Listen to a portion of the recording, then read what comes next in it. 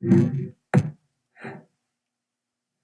right, so let's talk about nuclear fusion. Nuclear fusion is the combining of atomic nuclei. We're going to fuse two nuclei together. Well, why would we go about doing that? Let's look at this graph here. This graph, on the x-axis, we're going to have mass number. On the y-axis, we're talking about binding energy. And binding energy is energy needed to break 1 mole of nuclei into its nucleons.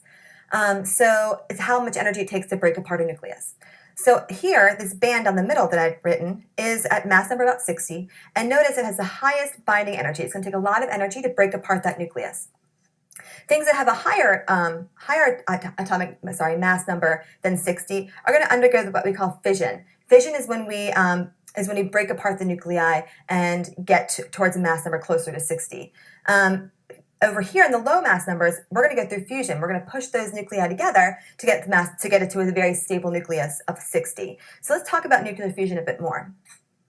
All right, so here we have four low atomic number, the smallest atom, hydrogen.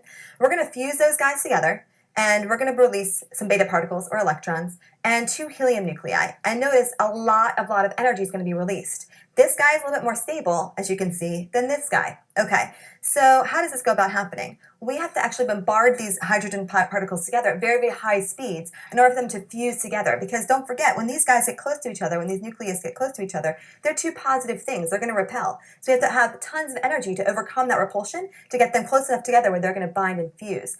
And when they actually do, tons of energy is going to be released, and that energy can be used it can be harnessed to energize anything, to do anything we want it to.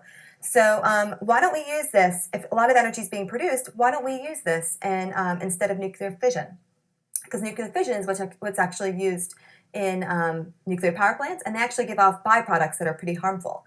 So here's some pros. Let's go over the pros of talking about nuclear fusion.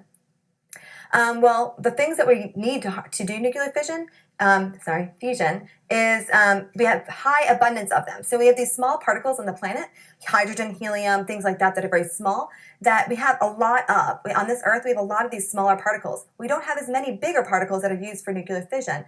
That's a really good thing that we have a lot of them. We also get no radioactive byproducts, meaning nothing from this reaction is harmful to the environment. Helium atoms are not harmful to the environment. Beta particles are totally fine. So we have no radioactive byproducts as we do when we talk about nuclear fission.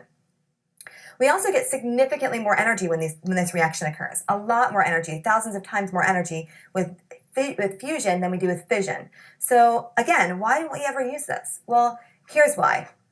It's really, like I said before, it takes a lot of energy to overcome that repulsion force that those two nuclei have together. So it's going to take a lot of energy to sustain and initiate this particular reaction. Think about it. This reaction, fusion, actually happens in the sun. The sun is extremely hot. It takes a lot of energy for that reaction to happen. It's only achieved at high temperatures, 40 million Kelvin. That's insanely hot. It's actually impossible to find a container that can harness that sort of, that can contain that sort of high temperature. It's actually attained in atomic explosions. We need atomic explosions to actually initiate this temperature, or the temperature and this actual energy needed to actually have the reaction move forward. So can you think of it as a container that can contain that?